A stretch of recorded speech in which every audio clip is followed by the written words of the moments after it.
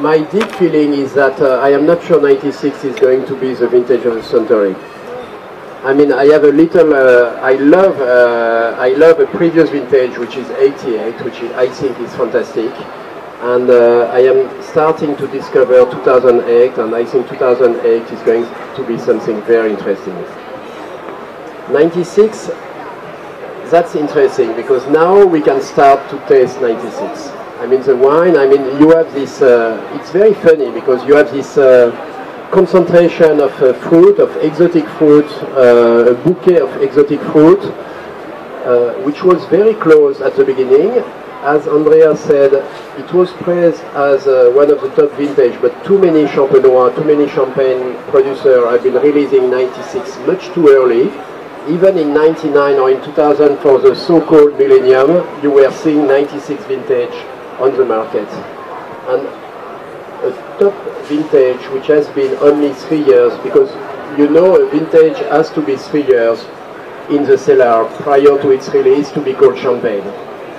But a top vintage which is staying 3 years or even less on the lees is not enough. I mean, you know, the work, the outer lees of the lees is so important.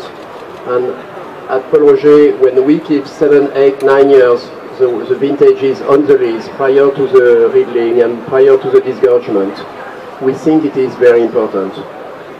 100% stainless steel, Paul Roger.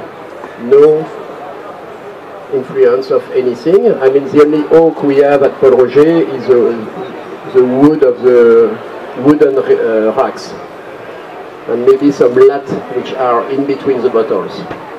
But stainless steel, a double settling of the must at cold temperature, which is very important. This was brought by our previous chef de cave, James Coffinet, who brought it from Bilker in the old days. And Dominique Petit, who came from Krug, did let his barrels on the other side of the mountain when you arrive at Paul Roger, and did work with his sense of preciseness, his sense of organization, to work on the Paul Roger style, and he has been great in doing that, and we owe him a lot as well. I mean, the last 10 years at Paul Roger have been very important, with a huge investment in the winemaking facilities, a huge investment in the tool, in the kitchen. You know, we work a lot with restaurant people, with chefs, and when they visit Paul Roger, they say, oh, it's like a kitchen. Yes, it's like a kitchen. I mean, the winemaking facilities is like a kitchen. And underground, it's a little bit like in the Middle Age. We are still, but the top chef today, a 3 Michelin star restaurant, is working with the top of the art modern kitchen, although he's working with the book of recipe of his grandmother. And that's what we do. It's not the book of recipe of the grandmother, but it's the great-grandfather of the current generation. Thank you very much. And on the 96 is interesting because as a vintage is famous vintage because it has the double 10. 10 on the alcohol potential and 10 on the acidity level. So it would never happen in Champagne as far as we took record of these technical details. We have so high quantity of alcohol, so high quantity of acidities. It was a very strange season with rain during hot season and then warm Sunday, but it was not really easy to explain why got this, because it was never mid before, it was never after. So 96 was immediately, people think it was a perfect vintage, but it's really far away from being perfect, because a lot of champagne probably, if it is the opposite of the 2002. 2002, even too less acidity.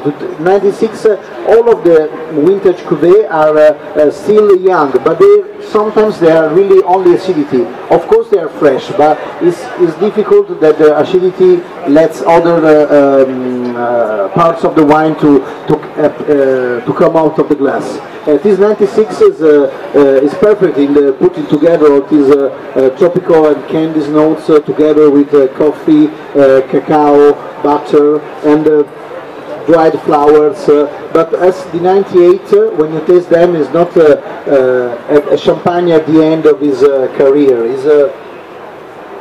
It's like a Churchill that lasts so many years, and it continues of working and being involved in politics in the last stage.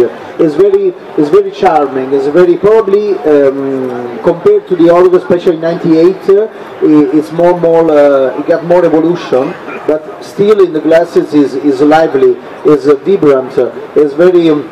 Is an enthusiastic champagne. It's a champagne that before Laurent tell about the collaboration between the top chef Michelin star restaurant, but I assure you I also happened to have an old trattoria in Florence from the 91, so the last century, and we made 2 months ago an evening with Pont Roger winter champagne, the 2008 de Rosé. It was perfect with our Florentine steak. So we are talking about a rare meat beef. Totally opposite that typical pairing, food pairing that you made with champagne. What was really fantastic, it was champagne that can make so a vibrant body, a lot of structure, a lot of extraction for the grape, but still had this acidity, this freshness, this ability to get drunk on the glass. And is always that. Like Churchill say, no, I'm easily satisfied with the best, and the best quality is really what we find in this bottle. They're really